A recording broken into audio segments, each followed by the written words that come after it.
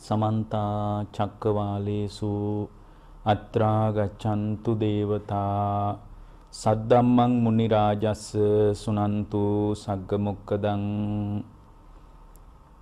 ධම්මස්සවන කාලෝ අයං බදන්තා ධම්මස්සවන කාලෝ අයං බදන්තා ධම්මස්සවන කාලෝ අයං බදන්තා නමෝ තස්ස භගවතු අරහතෝ සම්මා සම්බුද්දස්ස නමෝ තස්ස භගවතු අරහතෝ සම්මා සම්බුද්දස්ස නමෝ තස්ස භගවතු අරහතු සම්මා සම්බුද්දස්ස. ඒ අපගේ ශාස්ත්‍රු වූ සම්මා සම්බුදුරජාණන් වහන්සේට අප හැම දිනාගේම নমස්කාරය වේවා. සුපින්වත්නි, අදත් ඔබ ඊටාම ශ්‍රද්ධාවෙන් ධර්ම ශ්‍රවණය කරන්නටයි බණහන්ටයි බලාපොරොත්තු වන්නේ. දැන් ධර්ම ශ්‍රවණය කරන්නට කාලය. පින්වත්නි, ඔබට ජීවිතය අවබෝධ වෙනකොට ඔබට තේරේවි ඔබ මිහිරි ස්වභාවයෙන් ඇල්ලුවේ සැබෑවටම මිහිරි දෙයක් නෙමෙයි කියලා. ඔබ ප්‍රිය ස්වභාවයෙන් අල්ලගත්තේ සැබෑවටම ප්‍රිය ස්වභාවයෙන් පවතින දෙයක් නෙමෙයි කියලා. ඔබට ධර්මී කරා වැඩියෙන් කිට්ටු වෙනකොට තේරේවි සැප ස්වභාවයෙන් ඔබ ග්‍රහණය කරගත්තේ සැබෑවටම සැප ස්වභාවයෙන් පවතින දෙයක් නෙමෙයි කියලා. ධර්මයට වඩාත් කිට්ටු වෙන දවසට ඔබට තේරේවි ඔබ කොයිතරම් ප්‍රමාද වුණාද මේ මිහිරි වශයෙන් අල්ලගත්ත, ප්‍රිය වශයෙන් අල්ලගත්ත, සැප වශයෙන් අල්ලගත්ත යථාර්ථය අභිභවා ගිය යථාර්ථයෙන් ඔබට ගිය ඔබේ චින්තන රටාව නිසා ඔබ කොයිතරම් ප්‍රමාද වුණාද කියලා ඔබට තේරේවි. හැබැයි ඒක ධර්මයක් ජීවිතයට වැටහෙන දවසකයි තේරෙන්නේ. ඒ තාක් කාලයක් මේ යථාර්ථයේ තේරුම් ගන්න පුළුවන්කමක් නැහැ. මේ යථාර්ථයේ වසා දමන, යථාර්ථය වහලා තියෙන ප්‍රධාන කාරණා වශයෙන් භාග්‍යවතුන් වහන්සේ අපට පෙන්වා දෙන්නේ නීවරණ ධර්ම. මිනිසුන්ගේ කායික නිදහස ඔවුන් මේ මොහොතේ අත්විඳට සැබෑවටම ඔවුන්ට මානසික නිදහස නැති වෙලා තියෙන්නේ. සැබෑවටම මිනිසුන්ට මානසික නිදහස මුණ ගැහිලා නැත්තේ. සැබෑවටම ඔවුන්ට බලාපොරොත්තු වෙන සැපය, සනීපය, සතුට, සැහැල්ලුව නොලැබී ගිහින් තියෙන්නේ ඔවුන්ගේ ජීවිතය සම්පූර්ණයෙන්ම නීවරණත් එක්ක ගතවන නිසා. සාමාන්‍යයෙන් පෘථග්ජන ශ්‍රාවකයෙක්ගේ ජීවිතය නීවරණත් එක්ක තමයි ගත වෙන්නේ. නීවරණ කිව්වහම ඔබගේ ඔළුවට එකපාරම එනවා මොනවද නීවරණ කියලා. නීවරණ පහක් තියෙනවා. ඒවට අපි කියන්නේ පංච නීවරණ කියලානේ. ඊට අමතරව බුදුරජාණන් වහන්සේ අපට නීවරණ ඔය පටිසම්භිදා මග්ගයේ වගේ තැන්වලදී නීවරණ තුනක් තව පෙන්ලා තියෙනවා. එතකොට 5යි 3යි ඔක්කොම 8යි. එතකොට මෙන්න මේ නීවරණ 8 ගැන හැම බුද්ධ ශ්‍රාවකෙක්ම හැඟීමක්, දැනුමක්, නුවණක් හදා ගන්න ඕන. හැඟීමක්, දැනුමක්, නුවණක් මේ නීවරණ ගැන නැති වුණොත් එහෙම ඒ බුද්ධ ශ්‍රාවකයාගේ ශ්‍රාවක භාවයේ නීවරණ විසින් යට කරලා දානවා. ඒ බුද්ධ ශ්‍රාවකයාගේ පිළිවෙත නීවරණ විසින් පෙළනවා. නීවරණ විසින් ඒ බුද්ධ ශ්‍රාවකයා ගිල්ලවනවා නීවරණ තුලම.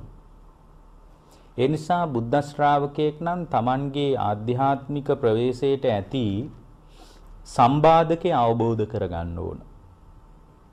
ඒ සම්බාධකේ හකුළු වල පැහැදිලි කරපු විග්‍රහය තමයි නීවරණ ඔස්සේ අද වෙනකොට අපි කතා බහ කරන්නේ. ඒතර මේ නීවරණ වල යථා ස්වභාවය පිළිබඳව මම හිතුවා ටිකක් පැහැදිලි කරන්න ඕන කියලා. මේ නීවරණ නිසා තමයි පින්වත්නි නීවරණ නිසයි නිවන මගහරවන්නේ. නීවරණ නිසයි නිවන ආවරණය කරන්නේ. නීවරණ නිසයි පින්වත්නි නිවන යටපත් කරවන්නේ. නීවරණ නිසයි ශ්‍රාවකයා නිවන් මාර්ගයෙන් අයින් කරවන්නේ.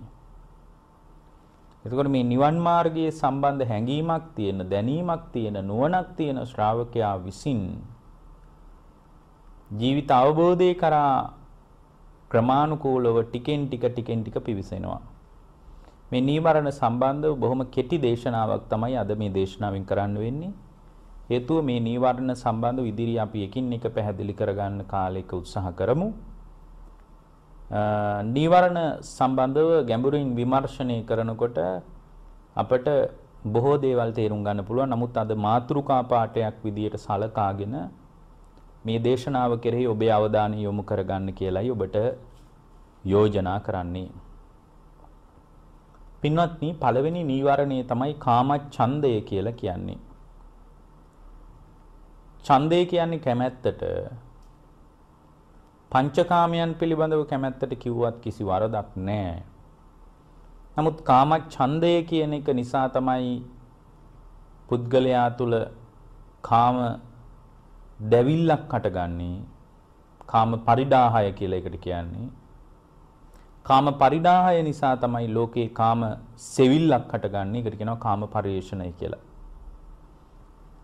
ඒතර කාම ඡන්දය කියලා කියන එකේ සරල අදහස තමයි ඇස කන නාසය දිව කය ආදී පංචේන්ද්‍රයන් මුල් කරගෙන ඒ පංචේන්ද්‍රයන් මුල් කරගෙන යම් ආස්වාදයක් පුද්ගලයාට මුණ ගැහෙනවා නම් ඒ ආස්වාදයේ පිළිබඳ ඒ ආස්වාදයේ විඳින්න ලෝකයට නැවත ලෝකයට පිවිසෙන කැමැත්තක් තියෙනවනේ අපේ හිතේ. අන්නේ පිවිසෙන කැමැත්තට කියනවා කාමච්ඡන්දය කියලා. එයා ඇත්තටම ලෝකේ නැවත පිවිසෙන්නේ ලෝකයට එයා තුල පවතින කාමච්ඡන්දය නිසා. එයා තුල පවතින කාමච්ඡන්දය නිසා. ඒතර මේ කාමච්ඡන්දය නිසා ඇස කන නාසය දිවකය මනස කියන මේ ක්‍රියාවලිය තුල ඇතිවෙන ආස්වාදයේ මුල් කරගෙන යා නැවත ඒ ආස්වාදයේ විඳින්න ලෝකේ කරා පිවිසෙනවා. ඒතර මේ කාමච්ඡන්දේ වගේ එකක් බණ ටිකක් අහගෙන ඉන්නකොට తాවකාලිකව යට යනවා. ඒකට අපි කියන්නේ තදංග ප්‍රහාණය කියලා. తాවකාලිකව යට යනවා. දැන් බණ අහගෙන ඉන්නකොට කාම ලෝකයට පිවිසිලා ඒ කාම ලෝකයට පිවිසීම මුල් කරගෙන රාග දේශ මොහ ඇති වෙන්නේ නැහනේ. ඒතර ඒකට කියන්නේ తాවකාලික ප්‍රහාණය කියලා. ඒතර తాවකාලික ප්‍රහාණය ඊටාම වැදගත් දෙයක් නෙමෙයි. මොකද ඒක සම්පූර්ණයෙන් ආයෙත් මේ බණ ටික අහලා ඉවර වෙලා එළියට බැස්සහම ආයෙත් අර විදිහමයි පරණ එකනමයි. ඒතර ඒ తాවකාලික ප්‍රහාණය කියන්නේ වැදගත් අවස්ථාවක් නෙමෙයි. తాවකාලිකව හරියට රබර් බෝලයක් පාගගෙන ඉන්නවා වගේ පාගගෙන ඉන්න තාක්කල් තියෙනවා. කකුල ගත්තාම ආයෙ උඩට එනවා වගේ. පින්වත්නි, යථා ස්වභාවය තමයි මේ ඇස කන නාසය දිවකය මනස කියන ඉන්ද්‍රිය ලෝකයේ තුලින් නැවත ඉන්ද්‍රිය ලෝකයට පිවිසෙන ගතිය මුල් කරගෙන ඇතිවන කැමැත්ත తాවකාලිකව යටපත් කරගන්න අපිට ගොඩක් දේවල් කරන්න පුළුවන්. තව එකක් තියෙනවා විස්කම්බන ප්‍රහාණය කියලා. පින්වත්නි, මොකද්ද මේ විස්කම්බන ප්‍රහාණය කියලා කියන්නේ? විස්කම්බන ප්‍රහාණය කියලා කියන්නේ සෑහෙන කාලයක් ඇති නොවන විදියටම පාලනය කරනවා. ඒ කියන්නේ සෑහෙන කාලයකට ආයෙ එන්නේ නැහැ කාමච්ඡන්දේ. ඒතර සැලකිය යුතු කාලයකට කාමච්ඡන්දේ එන්නේ නැහැ කියලා කියන්නේ ඒකට කියන්නේ විස්කම්බන ප්‍රහාණය කියලා. දවසක් දෙකක් තුනක් නෙමෙයි. සමහර හාමුදුරුවෝ ඉඳලා තියෙනවා අවුරුදු 60ක් රාගසිතක් ඇවිල්ලා නැහැ. සමහර හාමුදුරුවන්ට හිතිලා තියෙනවා මම රහත් වෙලා. මොකද රාග නිමිත්තක්වත් හිතට එන්නේ නැහැ කියනවා. එතකොට මේ විස්කම්බන ප්‍රහාණය කියලා කියන්නේ ඒක ඇත්තටම ධානාසිතකින් උද්ගත වන තත්වයක්. ධානාසිතක් දියුණු කරනකොට ඒ ධානාසිතේ ඇති වෙන ප්‍රබල භාවය නිසාම සිත තුළ රාගය ජනිත වෙන්නේ නැහැ. සිත තුළ ද්වේෂය ජනිත වෙන්නේ නැහැ. සිත තුළ මෝහය ජනිත වෙන්නේ නැහැ. તો රාග දේශ මොහ ජනිත වෙන්නේ නැති නිසා බුද්ධ ශ්‍රාවකයාට යම් මුලාවක් ඇති වෙන්න පුළුවන්. යම් මුලාවක් ඇති වෙන්න පුළුවන්. ඒ මුලාව තමයි පින්වත්නි දැන් මම සියල්ලන්ගෙන් නිදහස් කියලා. එතකොට ඒක විස්කම්බන ප්‍රහාණය නිසා ඒක නොදන්නාකම නිසා වෙන තත්ත්වයක්. ඒ අර තමන් වඩන භාවනාවේ ප්‍රබල භාවය නිසා ධානාසිතේ තියෙන බලවත්කම නිසාම පින්වත්නි ඒ සිතේ ප්‍රබල භාවයත් එක්ක රාග ද්වේෂ මොහ ජනිත වෙන්නෙම නැති යනවා කාලයක්. නමුත් ඒක සම්පූර්ණයෙන් රාගයෙන් නිදහස් වෙච්ච අවස්ථාවක් නෙමෙයි. සම්පූර්ණයෙන් ද්වේෂයෙන් නිදහස් වෙච්ච අවස්ථාවක් නෙමෙයි. සම්පූර්ණ මෝහයෙන් නිදහස් වෙච්ච අවස්ථාවක් නෙමෙයි. ඊළඟ එක තමයි පින්වත්නි සමුච්ඡේද ප්‍රහාණය. සමුච්ඡේද ප්‍රහාණය කියන්නේ සමුච්ඡේද ප්‍රහාණය කියලා කියන්නේ නැවත ඇති නොවන විදිහට නැවත ඇති නොවන විදිහටම හිත හදා ගන්නවා. සමුච්ඡේද ප්‍රහාණය. ඒකට තමයි ආසවක්කය ඥානය කියලා කියන්නේ. නැවත ආය ඇති වෙන්න ඉඩක් නැහැ ආශ්‍රවයන්ට. අන්න ඒක තමයි බුදුරජාණන් වහන්සේ අගය කළේ. එතකොට පින්වත්නි සමාධිය කියන එක බුදුරජාණන් වහන්සේ වදාලා ඊට වැදගත් අවස්ථාවක් විදියට. මොකද සමාහිතෝ භික්කවේ යථා භූතං පජානාති කියලා ධර්මයේ වාක්‍යයක් තියෙනවා. සමාහිත වුණාට පස්සේ ඒ සමාහිත වූ පුද්ගලයාගේ හිත තුළ උද්ගත වන තත්වයක් තමයි යථා භූත ඥානය කියලා. ඒතර සමාහිත බව නැතුව යථා භූත ඥානයක් උපදින්නේ නැහැ. සමාහිත බවත් එක්ක තමයි පින්වත්නි ඒ පුද්ගලයා තුළ යථාභූත ඥානයක් උපදින්නේ. එහෙමනම් අපිට මේ සමාහිත බව ඇති වෙන්න බුදුරජාණන් වහන්සේ වදාලා සමාධිය නැති වෙන්න මේ පුද්ගලයා තුළ පවතින බලවත් කාම ඡන්දේ බලපානවා කියලා. ඒතර කාම ඡන්දේ කියන එක සමාධියට බලවත් ලෙස සම්බාධකයක්.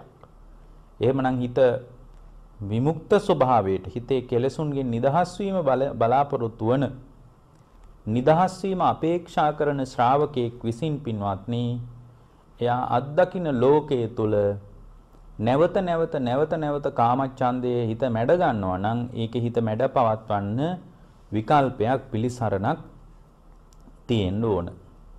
එතන මේ කාමච්ඡන්දේ පාලනය කරන්න තියෙන ක්‍රමයේ තමයි පින්වත්නි කාමච්ඡන්දයක්. ඒ කියන්නේ මේ රූප ශබ්ද ආදිය දකින ආහන දැනෙන මට්ටම කෙරෙහි ඒ අත්දකින ලෝකයේ කෙරෙහි ආස්වාදයක් ඇති වෙනකොට ඒ ආස්වාදයේ නැවත විඳින්න ඇති වෙන කැමැත්තනේ කාමච්ඡන්දේ කිව්වේ. ඒතර මේ කාමච්ඡන්දේ නැති කරගන්න පුළුවන් විදිහක් තමයි පින්වත්නි කාමච්ඡන්දය Tamange හිත මැඩ ගන්නකොට කාමච්ඡන්දයක් ඇති වුණ බව මෙනෙහි කරන එක. කාමච්ඡන්දය ඇති වෙනකොට කාමච්ඡන්දයක් හිතේ ඇති වුණා කියලා මෙනෙහි කරන එක තමයි එකම ක්‍රමය. ඇත්තටම එකම ක්‍රමෙ නෙමෙයි ලේසිම ක්‍රමය. කාමච්ඡන්දයක් ඇති වුණ බව දැනගත්ත හිත කියලා කියන්නේ පින්වත්නි බලවත් කුසල් සිතක්.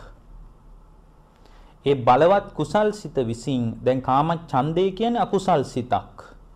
ඒ කුසල් සිත විසින් අකුසල් සිත මැඩ පවත්වන එකයි මෙතන කෙරෙන්නේ. කුසල් සිත විසින් ඒ ඇතිවෙච්ච අකුසල් සිත මැඩ පවත්වනවා. කාමච්ඡන්දේ අකුසල් සිතක්. මේ පැත්තෙන් කාමච්ඡන්දයක් ඇති වුණ බව දැනගන්න එක කුසල් සිතක්. ඒ කුසල් සිත විසින් අකුසල් සිත පෙළීමක් තමයි කරන්නේ. අපි අර මීට කලින් දේශනා කරලා තියෙන දේශනාවක තියෙනවා විතක්ක සන්ඨාන සූත්‍රයේ. ඒක කොහොමද අකුසල් සිතක් ආවම ඒක කුසල් සිතකින් පෙළන්නේ කියලා ඒ ධර්මයේ තියෙනවා. ඒක දැනගන්න එකම පින්වත්නි එකට විකල්පයක්. ඒකට භාග්‍යවතුන් වහන්සේ මතක් කරේ සරාගං චිත්තං පජානාති කියලා. සරාගී සිතක් ඇති වුණාම සරාගී සිතක් ඇති වුණ බව දැනගන්නවා. ඒ දැන ගැනීම තුළ මෙයාට විශාල යහපතක් අභිවෘද්ධියක් සලස ගන්න පුළුවන්. ඒ වගේම තමයි මේ කාමච්ඡන්දයක් ඇති වුණාම ඒක පාලනය කරගන්න පුළුවන් ලේසිම පහසුම ක්‍රමයක් තමයි කාමච්ඡන්දයක් ඇති වුණාට පස්සේ ඒ ඇති වුණ බව සම්පූර්ණයෙන්ම මේ කාමච්ඡන්දේ ඇති වුණේ මගේ හිත තුල මිසක් බාහිර රූප තුල ශබ්ද තුල නෙමෙයි කියලා දැනගන්න එක.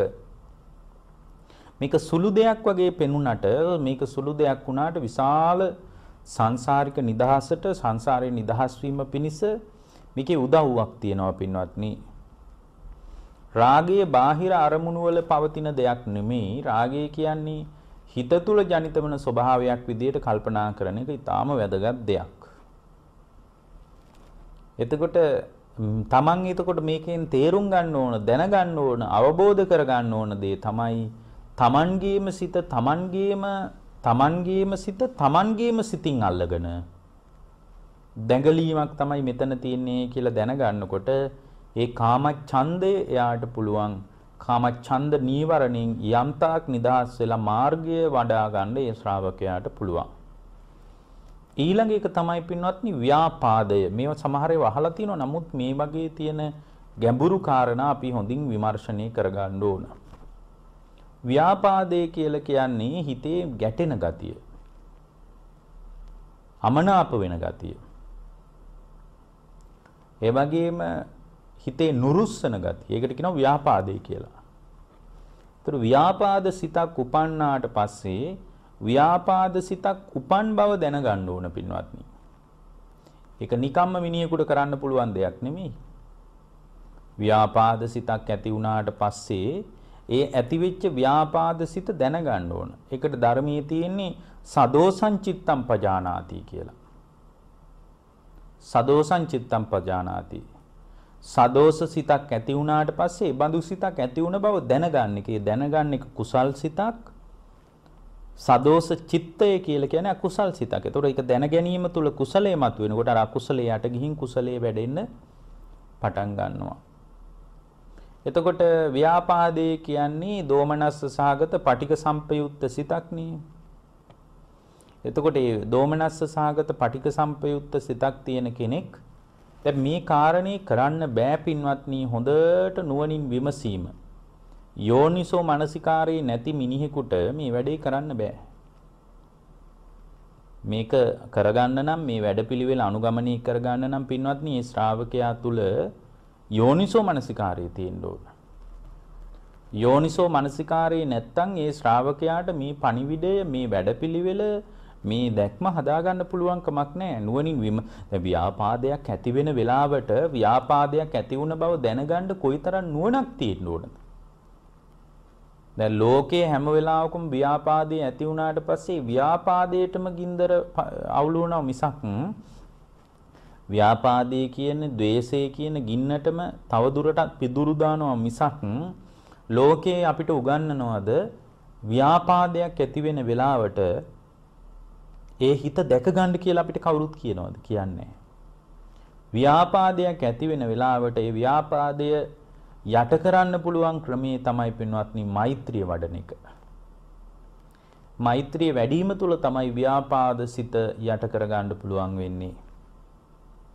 එතකොට ඒ නිසා මේ ව්‍යාපාදයේ ස්වභාවයත් සෑම බුද්ධ ශ්‍රාවකයෙක්ම දැනගෙන ඉන්න ඕන. ව්‍යාපාදයේ ඇති වෙනකොට ව්‍යාපාදේ කියන්නේ දෝමනස්ස සහගත සිතක්. ඒ ව්‍යාපාද සිත ඇති වෙනකොට ඇතිවෙච්ච ව්‍යාපාද සිත දැනගන්න එක තමයි පළවෙනි පියවර. ඒ දැන ගැනීම කියන්නේ බලවත් කුසලයක්. ඒ දැනගත්ත සිත විසින් ව්‍යාපාදයේ මැඩපවත්වන්න පුළුවන්. තුන්වෙනි එක තමයි තීන මිද්දය. තීන මිද්දේ කියන්නේ මොකද්ද? තීන මිද්දේ කියලා කියන්නේ ගොඩාක් අය හිතාගෙන ඉන්නවා නිදිමතට කියලා. නිදිමතත් තීන මිද්දේට අයිති කොටසක් තමයි. තීන මිද්දේට අයිති පරයයන් කීපයක් කතා කරගන්න පුළුවන්. නිදිමත කියන්නේ තීන මිද්දේට අයිති දෙයක්. විවිධ අරමුණු ඔස්සේ හිත දුවන ගතියක් තීන මිද්දේට අයිති දෙයක්. කුසල් අරමුණක හිත පවත්ව ගන්න බෑ කියලා කියන එකත් තීන මිද්දේට අයිති දෙයක්. සමහර අය අපිට කියන්නේ අනේ මට මේ භාවනා කරනවා හාන්දුරනේ භාවනාවක් හිත පිහිටව ගන්න බෑනේ. භාවනාවක් හිත වඩා ගන්න බෑනේ. ඒ කියන්නේ එයාට කුසල් සිතේ එකඟතාවයක් කුසල් සිතක අරමුණක හිත පවත්ව ගන්න බැරි වෙලා තියෙනවා. ඒ කියන්නේ එයාගේ හිතේ තීන මිද්දේ තියෙනවා. ඒතකොට තීන මිද්දේ කියන්නේ නිදිමත ගතියටම නෙමෙයි පින්වත්නි. අරමුණු ඔස්සේ හිත දුවන එකක් තීන මිද්දේ, කුසල් සිතක එකම අරමුණක පවත්ව ගන්න බැරි එකක් තීන මිද්දේ. එතකොට දැන් මෙතනත් සමහර වෙලාවට දැන් භාවනාවෙන් වාඩි වුණාම මේ තීන මිද්දේ පින්වත්නි වංචක ධර්මයක් විදියට තියෙනවා. වංචක ධර්මයක් කියන්නේ වංචක ධර්මයක් විදියට දැන් නිදිමත ගතිය නිකන් ಗುಣ ධර්මයක් වගේ පේන්න පුළුවන්. දැන් භාවනා කරනකොට හොඳට ආයිනකට වෙලා අපේ උපාසකම්මල එහෙමනි භාවනා කරන්නේ ආයිනකට වෙලා හොඳට බිත්තියට හේතු වෙලා දවල් කාලෙක ඔන්න භාවනා කරනවා. භාවනා කරනකොට ඒ භාවනා කර ඉන්නකොට මෙයාට හොඳට පොඩ්ඩක් නිින්ද යනවා. නිකම් බාගෙට නිින්ද යනවා. නිින්ද යනකොට යාට හිතෙනවා මේක තමයි සමාධිය. මේ තමයි මට මොකක්වත් නොදැනී ගියපු අවස්ථාව සමාධිය. මම මගේ හිතේ සමාධියක් උපන්නා කියලා නිදිමතට උනත් රැවටෙන්න පුළුවන්. එහෙම නිදිමතට රැවටිලා යන ගතියක් මේ අපේ හිතේ තියෙනවා පින්වත්නි. එතකොට මේ නිදිමත ගතියට හිත රැවටී යනවා නම් ඒක වංචක ධර්මයක් විදිහට අපි දැක ගන්න ඕනේ. නෑ මේ සමාධිය නෙමෙයි. මේ මගේ හිතේ ඇති වුණේ නිදිමතේයි දැනගන්න පුළුවන් හිතක් එයාට තියෙන්න ඕනේ. එතකොට සුළු අකර්මණ්‍යතාවයක් හිත තුල ජනිත වෙනකොට ඒ සුළු අකර්මණ්‍යතාවය ධර්මයෙන් බලලා ධර්මයේ තුලින් දැකලා යථාර්ථයේ තේරුම් ගන්න අපිට පුළුවන් වෙන්න ඕන. එතකොට දැන් මේ නිදිමත වගේ එකක් තීන මිද්දේ වගේ එකක් ඇති වෙනකොට තීන මිද්දේ පාලනය කරන්න පුළුවන් හේතු ටික නැති කරලා දාන එකයි වැදගත් කාරණේ. තීන මිද්දේ ඇති වුණේ කුමක් නිසාද? දැන් තීන මිද්දේ ඇති වෙන්න නිදිමත ඇති වෙන්න පුළුවන්. දැන් භාවනා කරනකොට නිදිමත එනවා නම් සමහර විට එයා කෑම කාපු ගමන්ම භාවනා කළොත් නිදිමත එන්න පුළුවන්. එතකොට එයා පුරුදු වෙන්න ඕන කෑම කාලා භාවනා නොකර ඉන්න. නිදිමත එනවා නම් ඒ වගේ භාවනා කරන වෙලාව ටිකක් වෙනස් කරගන්න අපිට පුළුවන්. ඒ වගේම තමයි සමහර වෙලාවට පින්වත්නි තීන මිද්දේ ඇති වෙන්න පුළුවන්. කොච්චර වීර්යය තිබුණත් තීන මිද්දෙන් හිත යට වෙන්න පුළුවන්. සමහරලාට සමහර බටහිර බෙහෙත් වර්ග තියෙනවා.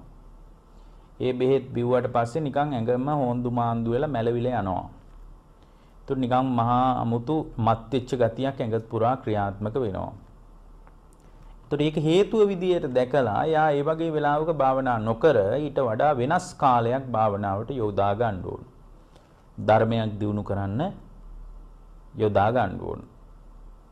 මෙන්න මේ වගේ අර සුළු වශයෙන් පවතින හේතු වෙනස් කරාට පස්සේ තීන මිද්දේ નિરાයාසයෙන්ම තමන්ව පෙලන්නේ නැහැ යට කරන්නේ නැහැ. ඒ කියන්නේ සම්පූර්ණයෙන්ම පින්වත්නි නිදිමත නම් දැන් ඔය මොග්ගල්ලාන මහරහතන් වහන්සේට භාග්‍යවතුන් වහන්සේ දුන්න උපමාවක තියෙනවා. මොගලන් හාමුදුරුවෝ නිවන් අවබෝධ කරන්න ආපු ගමනේදී පළවෙනි ශ්‍රාවකයා මේ බුදුරජාණන්සේගේ දෙවෙනි ශ්‍රාවකයා විදියට කල්ප ලක්ෂයක් පෙරම් පුරාගෙන ඇවිල්ලා උන්වහන්සේ සෝතාපන්න වුණා. සෝතාපන්න වෙලා මොග්ගල්ලාන මහරහතන් වහන්සේ සෝවාන් වුණාට පස්සේ පැවිදි වුණා. පැවිදි වෙලා ධර්මයේ දියුණු කළා. නමුත් උන්වහන්සේට හරියට තීන මිද්දෙන් හානි වෙලා තියෙනවනේ. හරියට නිදිමත ඇවිල්ලා තියෙනවා. ඉතින් මුගලන් හාමුදුරන්ට නිදිමත එනවා. නිදිමත එනකොට පින්වත්නි මොග්ගල්ලාන මහරහතන් වහන්සේ ඔන්න භාවනා කර ඉන්නකොට නිදිමතයි. නිදි කිරා වැටෙන ඔන්න ආයෙ භාවනා කරනවා. ආයෙත් නිදි කිරා වැටෙනවා ආයෙ භාවනා කරනවා. ඉතින් භාවනාවක් වැඩෙන්නේ නැහැ නේ. බුදුරජාණන් වහන්සේ එතන පෙනී හිටියා. පෙනී ඉඳලා බුදුරජාණන් වහන්සේ විමසනවා මොග්ගල්ලාන මහරහතන් වහන්සේගෙන් එවනකොට රහත් වෙලා නැහැ උන්වහන්සේ. උන්වහන්සේගෙන් විමසනවා මොග්ගල්ලාන දැන් ටිකක් නිදිමතයි නේද? දැන් ටිකක් නිදිමත ගතිය ඇවිල්ලා නේද තියෙන්නේ. එහෙමයි කිව්වා. අනේ ස්වාමීනි මට නිදිමතයි කිව්වා. මොග්ගල්ලාන දැන් ඔය විදිහටම භාවනා කරන්න එපා කිව්වා. මොග්ගල්ලාන අරමුණ වෙනස් කරගන්න කිව්වා.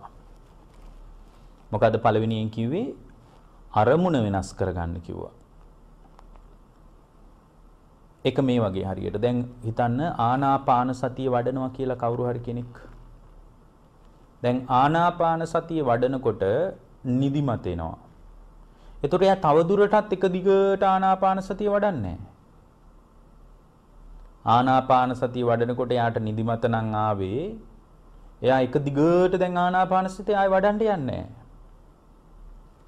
එයා ආනාපාන සතිය ටිකක් පැත්තකට කරලා වෙනද කරපු තව වෙන භාවනාවක් කරනවා. අපි හිතමුකෝ ආනාපාන සතිය වඩාන යනකොට නිදිමතයි නම් එයාට පුළුවන් මෛත්‍රී භාවනාව කරන්න. එයාට පුළුවන් බුද්ධානුස්සතිය වඩන්න. අන්න එතකොට අර නිදිමත අඩු වෙලා එයාගේ හිතේ යම්කිසි එකඟතාවයක් ඇති වෙලා තීන මිද්දෙන් පීඩා විඳින ගතිය මගහැරිලා යනවා. හිතන්න ඒත් නිදිමත එනවනම් දැන් ඒත් නිදිමත එනවනම් අපි මොනවා කරාද? අපි නිදා ගන්නවා. එතනින් එහාට අපි මොකුත් කරන්නේ නැහැ. මේ බුදුරජාණන් වහන්සේ දේශනා කරපු විකල්ප අපි ඕන එකට ගිහින් බලයි. හරි වෙන අරමුණකට ගිහින් ඕන මෛත්‍රිය වඩනවා නම් ඒක වෙනස් කරලා ඕන ආනාපාන සතිය වඩනවා. ඊට පස්සේ ඒත් නිදිමත එනවා නම් එයා මෙතන පොඩ්ඩක් හාන්සි වෙනවා. එච්චරයි. ඒ පොඩ්ඩ තමයි ඊට පස්සේ පැය දෙකක් තුනක් වෙන්නේ.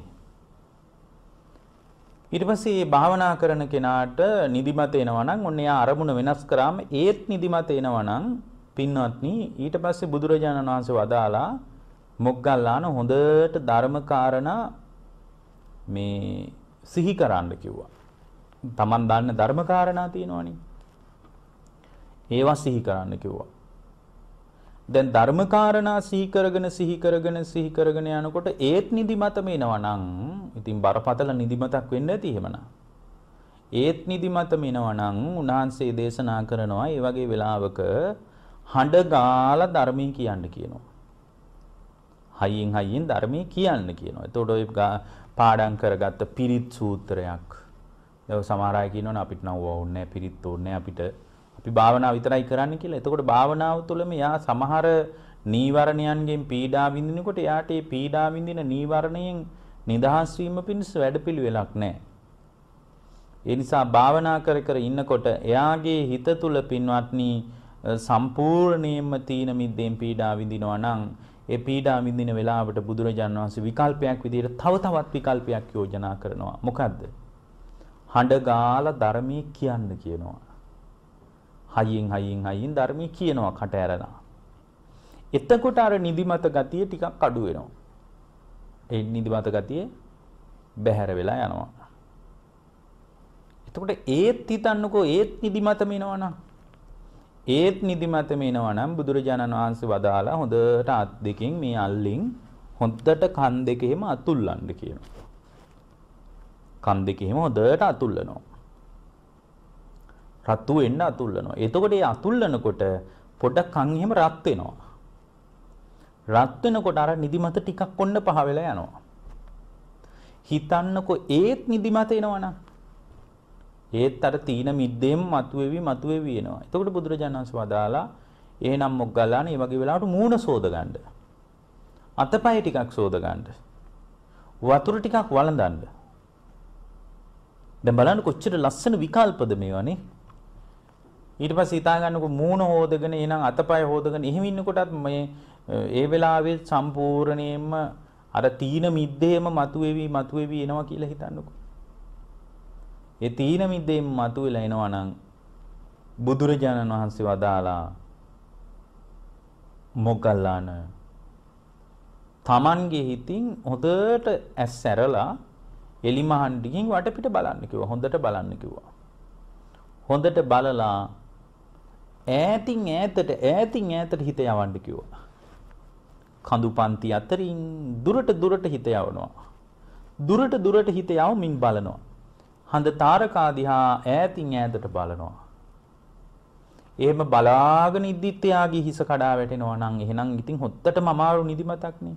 එතකොට බුදුරජාණන් වහන්සේ වදාලා එහෙමනම් දැන් සක්මන් කරන්න කියනවා. සක්මනට බහැලා දැන් සක්මන් කරන්න කියනවා. සක්මන් කරනකොට යා සක්මන තුලම හිම ඇදගෙන වැටෙන ගතියක් නම් එන්නේ. භාග්‍යවතුන් වහන්සේ වදාරනවා දැන් නම් එනම් කරන්න දෙයක් නැහැ. දැන් හොඳට සිහියෙන් මම මේ වෙලාවේ අවදි වෙනවා කියන බලවත් අදහස හිතේ ඇති කරගෙන බොහොම සිහියෙන් සිහි නුවණින් සැතපෙන්න කියනවා. දැන් බලන්න විකල්ප කොච්චර තියනවද තීන මිද්දේ ඇති වෙනකොට. ඊළඟ නීවරණේ තමයි උද්දච්ච කුක්කුච්ච කියලා කියන්නේ. කුක්කුච්ච කියන්නේ මොකද්ද? කුක්කුච්ච කියන්නේ පසුතැවීමට. උද්දච්ච කියන්නේ මොකද්ද? පින්වත්නි උද්දච්ච කියලා කියන්නේ හිත විසිරෙන ගතියට. හිත විසිරෙන ගතියක් තියෙනවා පසුතැවෙන ගතියක් තියෙනවා. එතකොට මේ පසුතැවීම කියන එක ධර්මයේ බුදුරජාණන් වහන්සේ අපට පෙන්වා දුන්න එකක් නෙමෙයි. පසුතැවීම කියන්නේ ඊටා යහපත් දෙයක් නෙමෙයි පින්වත්නි. පසුතැවීම නිසා අපිට අපගේ ජීවිතය තුළ පීඩාවක් තියෙන්නේ. අතීතය ගැන යම් මිනිහෙක් පසුතැවෙනවා නම් එයාට ධර්මය අල්ල ගන්න බෑ. අමාරුයි. අතීතේ අතහැරලා දාපු අයයි ධර්මයට ආවේ. අඟුලිමාල වගේ අය ම්ලේච්ඡ ඝාතකයෝ විදියට ගෙවපු අතීත ජීවිතයක් තිබ්බා. ඒ ජීවිතය අතහැරලා දාලා ධර්මයත් එක්ක නැගිටපු නිසායි අතීතය අමතක කරලා දාපු නිසායි උන්වහන්සේ ධර්මයට ආවේ. එතකොට මේ කුක්කුච්ච කියලා කියන්නේ පසුතැවීම, උද්දච්ච කියලා කියන්නේ හිත විසිරෙන ගතියක් තියෙනවා. එතකොට හිත විසිරෙනවා. ඒතර බුදුරජාණන් වහන්සේ පැහැදිලි කරනවා හිත විසිරිච්ච වෙලාවක සමාධියක් දියුණු වෙන්නේ නැහැ. සමාහිත කියන්නේ හිත එකඟ වෙච්ච වෙලාවටයි. ඒ කියන්නේ අපි අර ඉස්සල්ලත් කිව්ව වාක්‍යයක් සමාහිතෝ භික්කවි යථාභූතම් පජානාති කියලා. සමාහිත වූෙකුගේ හිත තුල තමයි යථාභූත ඥානෙ උපදින්නේ කියලා. එහෙමනම් උද්දච්ච කුක්කුච්චේ යම් කිසි ශ්‍රාවකයෙක්ගේ හිතේ තියෙනවා නම් එයාට මේ සත්‍ය අවබෝධය චතුරාර්ය සත්‍ය දකින්න පුළුවන් කමක් නැහැ. මොකද චතුරාර්ය සත්‍ය දකින්න කෙනාට සම්මා සතියේ උදව්වක් තියෙන්නම ඕන. ඒතර මේ සිහිය පවත්ව ගන්න එක උද්දච්ච කුක්කුච්චේ පාලනය කරගන්න හොඳ දෙයක් තමයි හැම වෙලාවකම සිහියෙන් වැඩ කරන්න පුරුදු වෙන එක. ඒතර කෙනෙක් කියන්න පුළුවන් හැම වෙලාවකම කොහොමද සිහියෙන් වැඩ කරන්නේ? සිහියෙන් වැඩ කරන්න අපිට හැම වෙලාවකම හිත දෙන්නේ නැහැ. ඒක කරගන්න අමාරුයි. ඔබ වහන්සේලාට කියන්න නම් පුළුවන් කනකොට බොනකොට නානකොට අඳිනකොට පළඳිනකොට මේ හැම වෙලාවකම සිහිය පවත්වන්න කියලා. ඉතින් කොහොමද සිහිය පවත්වන්නේ හැම වෙලාවකම? අපිට නම් ඒ බඳු සිහියක් පවත්වන්න බෑ කියලා කෙනෙක් කියන්න පුළුවන්. ඒ නිසා මම ඔබට විකල්පයක් කියලා දෙන්නම්. අඩුම දවසකට පැය භාගයක් සිහියෙන් වැඩ කරන්න. මම මෙන්න මේ වෙලාවේ සිහියෙන් වැඩ කරනවා. පැය භාගයක් උයනකොට, කනකොට, ඒ පැය භාගය ඇතුළත කරන හැම දෙයක්ම සිහියෙන් කරන්න. අන්න එහෙම සිහියෙන් කරලා ඒ වෙලාවේ වාඩි වෙන්න භාවනා කරන්න හොඳට හිතේ භාවනාව වැඩෙනවා. ඒ කියන්නේ භාවනා කරන්න කලින් පූර්ව සැලසුමක් හදාගන්න මම පැය භාගයක විතර කාලයක් එක දිගට මම මේ පැය භාගයක විතර කාලය තුල මම හොඳට හිත පුහුණු කරනවා, හිත වඩනවා කියලා මේ හොඳට සිහියෙන් වැඩ කරනවා කියලා හිතා ගන්න. එතකොට මේ සම්මා සතිය කියන එකට විශාල උදව්වක්. ඒ වගේම තමයි එහෙම සති සම්පජාඤ්ඤයෙන් සිහිනුවණින් වැඩ කරනකොට යාගේ උද්දච්ච කුක්කුච්චය කියන පසුතැවෙන ගතියත් ඒ වගේම හිත විසිරෙන ගතියත් කියන ස්වභාවය බැහැර වෙලා ගිහින් ඒ නීවරණේ මැඩ පවත්වන්න පුළුවන්. ඊළඟ එක තමයි විචිකිච්ඡා නීවරණේ. විචිකිච්ඡාව කියන්නේ නම් හොඳට අපිට පුරුදුයි සැකය කියන එක. මොනවා ගැනද හිතේ සැක ඇති වෙන්නේ? බුදුරජාණන් වහන්සේ ගැන සැක උපදින්න පුළුවන්. ධර්මයේ ගැන සැක උපදින්න පුළුවන්. සංඝයා ගැන සැක උපදින්න පුළුවන්. එතකොට මේ විදිහට බුද්ධ ධම්ම සංඝ කියන තුන් තැනකදී සැක උපදින්න පුළුවන්. ඉහත ආත්මය ගැන සැක උපදින්න පුළුවන්. කවුද දන්නේ කලින් හිටියද කියලා? ඔබ වහන්සේලෝම සංසාරේ කියලා එකක් කිව්වට අපි කොහොමද විශ්වාස කරන්නේ සංසාරේ කියලා එකක්? ඇත්තටම සංසාරේ කියලා එකක් තියෙනවද නැද්ද කියලා මට විශ්වාස නැහැ. ওই විදිහට ඉතින් අතීත භවය ගැන සැක උපදින්න පුළුවන්. ඒ වගේ මතු භවය ගැන සැක උපදින්න පුළුවන්. ඉපදිනවද නැද්ද දන්නේ. ওই තියෙන දෙයක් කාලා වෙන දෙයක් බලන හොඳ සනීපෙට අපි ඉන්න ඕන. අපි මේ අනාගතය අපි ඉන්නවද නැද්ද ඔය මොකක්වත් අපි දන්නේ නැහැ වගේ අනාගතය ගැනත් සැක උපදින්න පුළුවන්. ඊට පස්සේ මේ මතු භවයත් අතීත භවයත් දෙකම ගැන සැක උපදින්න පුළුවන්. නෑ මේක තමයි අන්තිම එක. ඔය භෞතිකවාදී අදහස් දරනා ඉන්නේ. අපි හොඳට කාලා බීලා ඉඳයි මෙහෙට ආවි කියලා. ඔය ඉතින් කාලා බීලා ඉඳාව නම් හොඳට කාලා බීලා ඉන්න එක තමයි හොඳම දේ. මම නම් කියන්නේ කාලා බීලා ඉන්න මෙහෙට ආවා කියලා හිතන කෙනෙකුට තියෙන ඒවා හොඳට කන්න කියලායි. තියෙන දේවල් හොඳට බොන්න කියලායි. තියෙන ණය වෙවි හරි බොන්න කියලා මම නම් කියන්නේ. හේතුව තමයි කාලයකට ආයි මනුස්ස ජීවිතයක් හම්බ වෙන්නේ නැහැ. ඒ බලවත් මිත්‍යා දෘෂ්ටිය නිසා යාට කාලයකදී මනුස්ස ජීවිතයක් හම්බ වෙන්නේ නැහැ. ඒතර අතීත භවය ගැන සැක උපදිනවා, අනාගත භවය ගැන සැක උපදිනවා, අතීත අනාගත මේ භව දෙකම ගැන සැක උපදිනවා.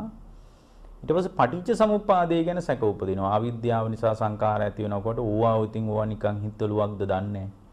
එහෙම හිතෙන්න පුළුවන්. ඊළඟ එක තමයි පින්වත්නි ත්‍රිශික්ෂාව ගැන සැක උපදිනවා. එතකොට අද නම් හරියට මේ වගේ තැන් ගැන හරියට මිනිසුන්ට සැක තියෙනවා. මොකද තමන්ගේ ගුරුවරයා කියලා දුන්න විදිහටනේ ධර්මයේ බලන්නේ. භාගතුන් වහන්සේ දේශනා කරපු මූලික දේශනාවට හිස නමාගෙන ධර්මයේ ඇසුරු කරනවා නෙමෙයිනේ. එයාගේ ගුරුවරයා කියපු පණිවිඩයට අනුවයි ධර්මයේ දිහා බලන්නේ. එතකොට එහෙම වුණාට පස්සේ හරියට සැක උපදින්න තියෙන අවස්ථා වැඩි. විචිකිච්ඡාව කියන නීවරණ ධර්මයට අපේ හිත විවෘත වෙන්න තියෙන ඉඩකඩ පින්වත්නි හරිම වැඩි. ඊළඟ එක තමයි පින්වත්නි දැන් ඔතනින් අපේ ඔය ධර්මයේ ඇසුරු කරද්දී අපිට ප්‍රකටව මුණ ගැහෙන නීවරණ ධර්ම පහ ඉවරයි. නමුත් අර පටිසම්භිදා මග්ගේ තව තියෙනවා නීවරණ තුනක් වදාරලා තියෙනවා. එකක් තමයි අරතිය. අරතිය කියන්නේ අකමැත්ත. කෙනෙකුට හිතෙන්න පුළුවන් මේක ව්‍යාපාදී කියලා. නෑ මේක ව්‍යාපාදී නෙමෙයි. මේක පින්වත්නි සංසාර මේකට විකල්පයේ තමයි මේ අරතිය. අරතිය කියන්නේ එයාට මේ පටිගයක් නෑ, පොඩි අකමැත්තක් තියෙනවා. දැන් උදාහරණයක් විදියට දැන් මේ කාලේ පන්සල් වලට යන්නත් බෑ. එළියට යන්නත් බෑ. ඒතර යන්න ඉන්න බැරි කොට මිනිස්සු කියනවා දැන් ගෙවල් වලම කියනවා මේ ඔන්න නෝනා කියනවා මහත්තයාට අපිට දැන් මේ කාලේ පන්සල් යන්නත් බෑ. දැන් මේ පොයට අපිට සිල් ගන්න විදියකුත් නැහැ. දැන් මේ රට වහලා තියෙන එකේ අපිට ඕව මොකක්වත් කරගන්න බෑ නේද? අපි ගෙදර සිල් ගමු. එතකොට එයා කියනවා දැන් කියන්නේ පටිගයකුත් නැහැ ඒකට. එතකොට කියනවා අනේ ගෙදර සිල් අරගෙන කොහොමද? කවුද දානි දෙන්නේ අපිට? ඊට පස්සේ මේ පොඩි උන් කෑ ගහනකොට කොහෙද මොන සීලයක්ද? අනික ඔය ටීවී එකේ බණ ඇහුවට ඒක ඉතින් හාමුදුරු කෙනෙක් ළඟ ඉන්නවා වගේ බණ එහෙම නැහනේ. එහෙම හැඟීමක් එන්නේ නැහනේ. ඒ නිසා මේ ගෙදර මම නම් හිතන්නේ ගෙදර සිල් ගන්න එක අසාර්ථකයි වගේ එහෙම අදහසක් එන්න අන්න බලන්න අරතිය. පටිගයකුත් නැහැ. එයාට එදාට කිව්වොත් දැන් මේ කවුරුවත් නැති එකේ දරුවෝ ටිකයි ඔක්කොම එකතු කරන අපි පුංචි මේ නිකන් පොඩි පාටියක් ලෑස්ති කරගමු. ඒතකොට එයා කියනවා ඒක නම් හොඳයි මේ නිදහසේ හිටපු එකේ ඒක හොඳයි දැන් පන්සල් යන්නත් බැරි එකේ අපි එහෙමවත් දරුවොත් එක්කවත් සතුටින් ඉමු කියලා එයා ඒකට කැමති නැද්ද? කැමති. අන්න ඔකට තමයි අරතිය කියලා කියන්නේ. අරතියෙන් නිදහස් වෙන අරතිය කියන නීවරණයෙන් නිදහස් වෙන ක්‍රමය තමයි පින්වත්නි සංසාරික දුක සිහි කරන එක. සාංශාරික වශයෙන් විඳවා ආපු දුක සිහි කරනකොට ඒ මාරපාක්ෂික ධර්මයක් විදියට යම් කෙනෙක්ගේ හිතේ අරතිය මතුවෙනවා නම් ඒ අරතිය මගහැරලා යනවා. ඉද්ධිපාද ධර්ම දියුණු කරන එක. ඡන්ද චිත්ත විරිය විමර්ශා කියන ඉර්ධිපාද ධර්ම දියුණු කරන එක. තමන්ගේ ජීවිතේ ධර්මී කරා ඉලක්කය සාධනය කර ගන්නකම් ඒ කැමැත්ත මුල් කරගෙන තමන්ගේ වීරිය අම්ත නොහැර ඉන්න එක. සම්පූර්ණයෙන් යාට එතකොට නිදහස් වෙන්න පුළුවන්. ඡන්දයක් හදා ගන්නවා කැමැත්තක්, චිත්ත හිත දැඩි කර ගන්නවා සෝවාන් වෙනවමයි වෙලාමයි නවතින්නේ කියලා දැඩි කැමැත්තක් හදා ගන්නවා. වීරියක් හදා ගන්නවා. විමර්ශා සසර දුකින් නිදහස් වීමට Tamanගේ ජීවිතේ ප්‍රඥාව දියුණු කර ගන්නවා. එතකොට මෙන්න මේ විදියට පින්වත්නි අරතිය තේරුම් ගන්න නීවරණයක් විදියට. ඊළඟ එක තමයි අවිජ්ජා නීවරණය. අවිජ්ජා නීවරණය කියන්නේ කියලා කියන්නේ මෙතන කියන්නේ පින්වත්නි බුදුරජාණන් වහන්සේ අරහත්වේදී සම්පූර්ණයෙන් අවිද්‍යාව දුරු වෙනවා කියලා වදාළානේ. ඒ අවිද්‍යාව නෙමෙයි මෙතන කතා කරන්නේ. අවිද්‍යාව කියන්නේ දුක්ඛේ අඥානං දුක්ඛ සමුදය අඥානං කියලා ධර්මයේ තෝරන්නේ චතුරාර්ය සත්‍ය නොදන්නාකම අවිද්‍යාව කියලා. ඒක නෙමෙයි මෙතන පින්වත්නි. අරමුණු වල මුලා වෙන ස්වභාවයක් මේ හිතේ තියෙනවා. ඒක තමයි අවිද්‍යාව කියලා කියන්නේ. අරමුණු වල හැම වෙලාවකම මුලා වෙන ගතියක් තියෙනවා. රූපේ දකින්නකොට මුලා වෙනවා. එතකොට රූපේ ලස්සනයි ගැහැණු පිරිමි වශයෙන් ග්‍රහණය කර ගන්නවා. අරමුණක් පාසා හිත දුවනවා. එතකොට තමන්ගේ ජීවිතය තුළ ආධ්‍යාත්මයේ තුළ මේ අරමුණු වල මුලා වෙන ගතියක් හිතේ තියෙනවා නම් ඒ අරමුණු වල මුලා වෙන ගතිය තියෙන මේ හිතේ පවතින ඝන සංඥාව නිසා නැති ස්වභාවයක් ඇතයි කල්පනා කරන ගතිය නිසා යථාර්ථයේ නොදන්නාකම නිසා යථාර්ථයේ නොදන්නාකමත් අවිද්‍යාව තමයි. නමුත් අරමුණු වල මුලා වෙන ගතිය මෙතන අවිද්‍යාව කියලා හඳුන්වන්නේ. ඒතර අරමුණු තේරුම් ගන්නකොට අරමුණේ යථා ස්වභාවයේ ධර්මයේ තුලින් දැනගන්නකොට අවිජ්ජා නීවරණිය අගිතේ යට යනවා. අවසාන එක තමයි සබ්බේසු අකුසලා ධම්මා. සියලු අකුසල් ධර්ම නීවරණයක් විදියට පෙන්නලා තියෙනවා. ප්‍රඥාවක් නැති කෙනෙකුට මේ වැඩපිළිවෙල කරන්න බෑ. නීවරණ මැඩපවත්වනවා නම් එයාට හොඳට යෝනිසෝ මනසිකාරයක් තියෙන්න ඕන. ඒ මනසිකාරයේ තියෙන කෙනා ධර්මීය දියුණු කර ගන්නවා. ඔබ හැම දිනාටම නීවරණ දුරු කර ගන්නට මේ දේශනාව උපකාර වේවා. හැම දිනාටම ගෞතම බුදුසසුනේ පිළිසරණ සැලසේවා කියන අදිෂ්ඨාන